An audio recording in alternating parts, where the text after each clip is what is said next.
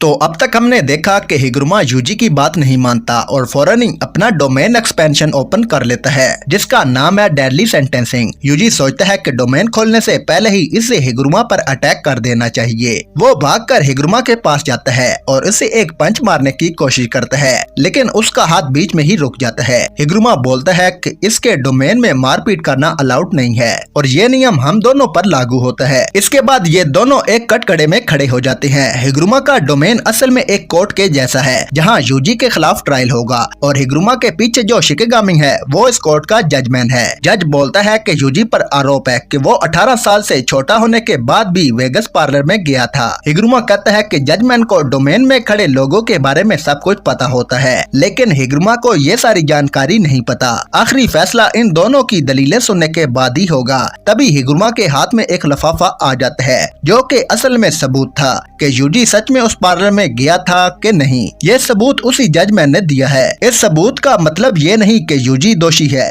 पहले यूजी को अपनी सफाई में कुछ कहने का मौका दिया जाएगा, जिसके बाद ही हिग्रुमा सबूत को खोलेगा। यूजी को कोशिश करनी है कि इसे दोषी न ठहराया जाए। ऐसा डोमेन देखकर यूजी समझ जाता है कि हिग्रुमा तो सच में एक लॉयर है। टेंजन ने यूजी को बताया था कि पुराने जमाने के सोर्सर भी डोमेन का इस्तेमाल किया करते थे, लेकिन उन डोमेन्स में गारंटेड हिट इफेक्ट नहीं हुआ करता था। एग्जाम्पल के लिए अगर कोई गोजो के डोमेन में फंस जाता है तो 100% उसे गोजो का अटैक लगेगा ही। इसे ही गारंटी हिट इफेक्ट कहते हैं, जो कि लगभग सभी के डोमेन में होता है। लेकिन पुराने जमाने में लोग सिर्फ इसलिए डोमेन खोलते थे ताकि सामने वाला लड़ाई छोड़कर भाग ना जाए, लेकिन टाइम के साथ साथ गारंटी हिट इफेक्ट वाले डोमेन बढ़ते रहे। खैर, यूजी समझ जाता है कि हिग्रुमा के डोमेन में कोई हिट इफेक्ट नहीं है, यानी ये डोमेन यूजी को चोट नहीं पहुंचा सकता और बाउंडिंग वाव की वजह से हिग्रुमा को इस डोमेन के रूल भी यूजी को बताने होंगे। हिग्रुमा बोलता है कि यूजी को अपनी सफाई देने का सिर्फ एक ही मौका मिलेगा। इसके बाद हिग्रुमा सबूत देखकर अपनी दलील देगा और फिर जजमैन फैसला सुनाएगा। यूजी पूछता है कि अगर मैं दोषी पाया गया तो क्या होगा, लेकिन हिग्रुमा ये बताना जरूरी नहीं समझता। वो बस बताता है कि अब यूजी के पास 3 ऑप्शन हैं। पहला कि वो चुप रहे और कुछ ना बोले, यानी साइलेंस। दूसरा, वो अपना गुनाह कबूल कर ले, यानी कन्फेशन। और तीसरा, वो मना कर दे इसने कोई जुर्म किया ही नहीं, यानी डिनाइल, जिसमें वो चाहे तो झूठ भी बोल सकते हैं। ये सुनकर यूजी चौंक जाता है कि ट्रायल में झूठ बोल सकते हैं। तो हिग्रुमा कहता है कि अगर सब लोग सच बोलते तो ट्रायल की जरूरत ही नहीं पड़ती। अब यूजी सोचने लगता है कि इसे क्या बोलना चाहिए, क्योंकि वो इस पार्लर में गया भी था और इसने वहाँ गेम्स भी खेले थे और पैसे भी जीते थे, लेकिन सजा से बचने के लिए इसे झूठ बोलना होगा। पर उसे ये नहीं पता कि इस सबूत में आखिर क्या है। अगर सबूत में ये बताया ही नहीं गया कि यूजी इस पार्लर में गया था तो यूजी मना कर सकते हैं। अगर सबूत में ये है कि यूजी अंदर गया था तो यूजी बहाना बना सकते हैं कि वो अंदर सिर्फ टॉयलेट इस्तेमाल करने गया था, लेकिन उससे ये साबित हो जाएगा कि वो अंदर गया था।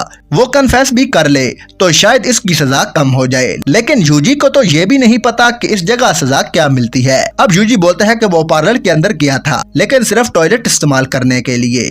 हिग्रुमा अब अपना सबूत ओपन करता है जिसमें यूजी की एक फोटो निकलती है, जिसमें दिखाया जाता है कि यूजी एक पास के ही एटीएम में खड़ा था, यानी सबूत का पार्लर से कोई लेना देना ही नहीं था। पर यूजी ने खुद बोल दिया कि वो पार्लर गया था और सबूत के मुताबिक उसने एटीएम से पैसे भी निकाले थे, यानी अंदर सिर्फ वो टॉयलेट करने तो नहीं गया होगा और इसने गेम्स भी खेले होंगे, जबकि उसकी उम्र 18 से कम थी। फिर भी पार्लर में घुसकर इसने कानून तोड़ा। यूजी सोचता है कि ऑप्शन 3 ही सही था, इसे मना कर देना था कि वो पार्लर में गया ही नहीं था। फिर एटीएम वाली फोटो से कुछ भी साबित नहीं होता। हिग्रुमा भी बोलता है कि एटीएम से पैसे निकालना कोई बड़ी बात नहीं है, यूजी को सिर्फ कहना था कि उस पर लगाया गया इल्जाम गलत है। खैर, जजमैन अब फैसला सुनाता है कि यूजी दोषी है और इसकी सजा सुनाने के बाद जजमैन और डोमेन दोनों ही गायब हो जाते हैं। ये लोग असली दुनिया में आगे थे। हिग्रुमा फौरन ही यूजी पर अपना हथौड़ा फेंक कर मारता है, जो इसके हाथ पर जा लगता है और इसे थोड़ी चोट भी आ जाती है। हिग्रुमा फिर यूजी के करीब आता है और हथौड़ा गायब होकर वापस उसके हाथ में आ गया था। वो इस हथौड़े को अपनी पावर से बड़ा कर लेता है और यूजी को जोर से मारता है। यूजी समझ जाता है कि हिग्रुमा अपने हथौड़े को कहीं से भी बुला सकते हैं और इसका साइज भी छोटा या बड़ा कर सकते हैं। हिग्रुमा यूजी से कहता है कि तुम तो काफी स्ट्रॉन्ग हो, जिस पर यूजी बोलता है कि ये बात तो मैं 100 बार सुन चुका हूँ, लेकिन हैरानी की बात यह है कि मैं अपनी कर्स एनर्जी कंट्रोल नहीं कर पा रहा। हमें बताया जाता है कि हिगुरुमा की उम्र 36 साल है। उसने लॉ यूनिवर्सिटी के सभी एग्जाम्स को बड़ी आसानी से पास कर लिया था, वो भी पहले अटेम्प्ट में। हिगुरुमा के लिए ऐसा करना बहुत आसान था। इसने सिर्फ वहीं अपना दिमाग लगाया जहाँ जरूरत थी। इसके आसपास के लोग तो इसे जीनियस मानते थे, लेकिन हिगुरुमा जितना अच्छा लॉयर है उससे कहीं ज्यादा अच्छा और टैलेंटेड जादूगर है। पावर मिलते ही इसने अपना डोमेन एक्सपेंशन बनाना सीख लिया था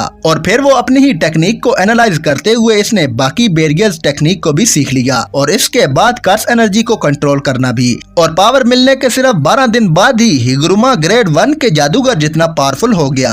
कलिंग गेम में इंटर करने से पहले ही इसने न जाने कितने कर्स स्पिरिट को खत्म किया और अब तक वो 20 प्लेयर को हरा चुका है। हिगुरुमा अपने हथौड़े को लंबा करके उससे यूजी पर अटैक करता है, फिर वो अपने हथौड़े को बार बार यूजी की तरफ मिसाइल की तरफ फेंकता है, लेकिन यूजी किसी तरह सारे अटैक से बच रहा था। हिगुरुमा पूछता है कि तुम अपनी कर्स एनर्जी का इस्तेमाल नहीं कर पा रहे हो क्या? तो यूजी बोलता है कि नहीं, और इसके पीछे जरूर तुम्हारा ही हाथ होगा। हिगुरुमा बोलता है कि जैसे ही तुम्हें सजा मिली थी वो कुछ टाइम के लिए अपनी कर्स टेक्निक का इस्तेमाल नहीं कर सकता, लेकिन लगता है कि यूजी के पास कोई कर्स टेक्निक है ही नहीं, इसलिए जज ने यूजी की कर्स एनर्जी को ही उड़ा दिया है। तो दोस्तों, कर्स टेक्निक हर जादूगर की एक स्पेशल पावर होती है। जैसे मेगुमी अपने शिकिगामी को समन कर सकता है, लेकिन यूजी के पास तो कोई टेक्निक है ही नहीं, तो वो बस लात घूस से ही मारता है। हिगुरुमा मन में सोचता है कि बिना कर्स एनर्जी के भी यूजी इसके सामने टिका कैसे है। इसका मतलब है कि इसका जिस्म ही इतना ज्यादा स्ट्रॉन्ग है, लेकिन किसी आम इंसान का जिस्म इतना स्ट्रॉन्ग कैसे हो सकता है?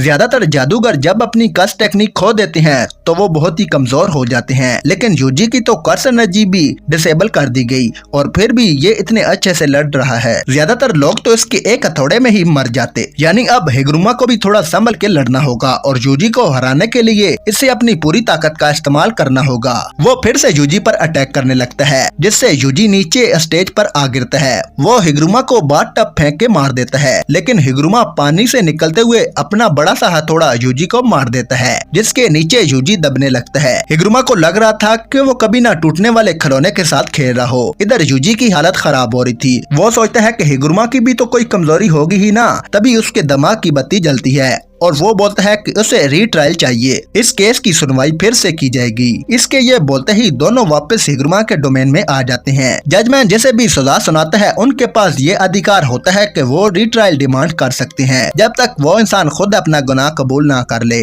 जजमैन अब बोलता है कि यूजी पर इल्जाम है कि इसने शिबुया में ढेर सारे लोगों को मारा। अब ये सुनकर यूजी बोलता है कि हाँ, ये सच है और मैं अपना गुनाह कबूल करता हूँ। यह सुनकर जजमैन गुस्सा हो जाता है और बोलता है कि तुम्हें मौत की सजा सुनाई जाती है। दोनों वापस असली दुनिया में आ जाते हैं और अब हिगुरुमा के हाथ में हथौड़े की जगह एक नई तलवार आ गई थी, जिसका नाम है एग्जीक्यूशनल स्वार्ड। सबसे बड़ी सजा जो जजमैन सुना सकता है वो है मौत की सजा। ऐसा होने पर हिगुरुमा के हाथ में एक स्वार्ड आ जाती है और इस स्वार्ड से वो अगर किसी को छू भी ले तो उस इंसान की मौत हो जाती है। जी हाँ दोस्तों, ये स्वार्ड किसी भी जादूगर को खत्म कर सकती है, चाहे फिर गोजो हो या फिर सुकना। हिगुरुमा मानता है कि किसी इंसान को समझने का मतलब है कि इसकी सारी कमजोरियां देखना, लेकिन प्रॉब्लम यह है कि जब वो लोगों की कमजोरियां देखता है तो उसे इंसानियत सुंदर नहीं बल्कि बदसूरत लगती है। रोज रोज क्रिमिनल को देखकर इसका दिमाग खराब हो रहा था। इसके लिए हर इंसान कमजोर है, चाहे वो कोई क्रिमिनल हो या फिर यूजी इतादोरी जैसा इंसान जो सच में अच्छा बनने की कोशिश कर रहा हो। अंधेरे में मोमबत्ती जलाने से अंधकार खत्म नहीं हो जाता।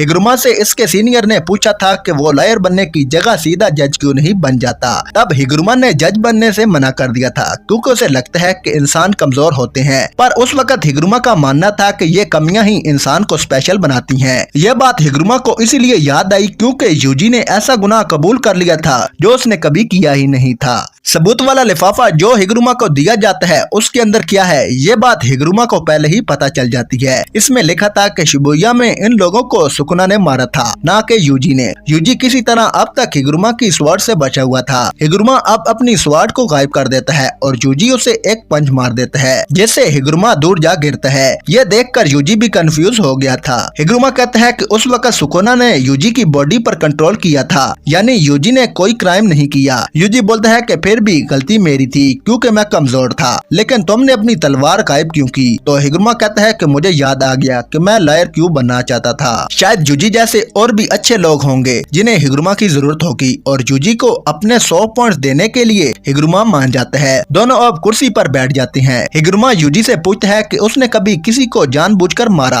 तो यूजी कहता है कि हाँ, जिस पर हिगुरमा कहता है कि काफी बुरा लगा होगा ना। खैर, यूजी की बात मानते हुए हिगुरमा अपने 100 पॉइंट्स का इस्तेमाल करता है और एक नया रूल ऐड करवाता है जो था प्लेयर्स एक दूसरे को पॉइंट्स ट्रांसफर कर सकते हैं, और कोगाने फौरन ही ये नया नियम ऐड करवा देता है। इसके बाद हिगुरमा अपना एक पॉइंट यूजी को ट्रांसफर कर देता है, यानी अब अगले 19 दिन तक यूजी बिल्कुल सेफ है। इसके बाद हिगुरमा यहाँ से जाने लगता है। यूजी से बोलता है क्या तुम मेरी मदद कर सकते हो? तब हिगुरमा बताता है कि जब उसने पहली बार कोर्ट में अपना डोमेन खोला था तब उसने वहाँ के जज और सामने वाले लॉयर को मार दिया था जिन्होंने कीता को सजा दिलवाई थी, और उनसे ही हिगुरमा को 2 पॉइंट्स मिले थे और बाकी 100 पॉइंट्स उसने कॉलोनी में आने के बाद हासिल किए थे। जब कलिंग गेम खत्म होगा तब हिगुरमा खुद को पुलिस के हवाले कर देगा। अगर वो यूजी के साथ रहा तो उसे खुद से और भी ज्यादा नफरत होती रहेगी। इतना कहकर हिगुरमा यहाँ से चला जाता है और ये एपिसोड यहीं पर एंड हो जाता है। तो दोस्तों, यूजी ने पहला रूल ऐड करवा दिया। दूसरी तरफ मेगुमी के साथ क्या होगा ये जानेंगे हम अगले एपिसोड में, और अगले एपिसोड में ही तकाबा की एंट्री होने वाली है। तो आपको ये एपिसोड और हिगुरमा कैसा लगा कमेंट करके जरूर बताएं। वीडियो अच्छा लगा हो तो वीडियो को लाइक, चैनल पर न्यू हो तो चैनल को सब्सक्राइब करना ना भूलेगा, क्योंकि मैं अपने चैनल पर इस तरह की इंटरेस्टिंग वीडियोस लाता रहता हूँ। बाकी आज के वीडियो में बस इतना ही। मैं मिलता हूँ आपसे ऐसी किसी नेक्स्ट वीडियो में।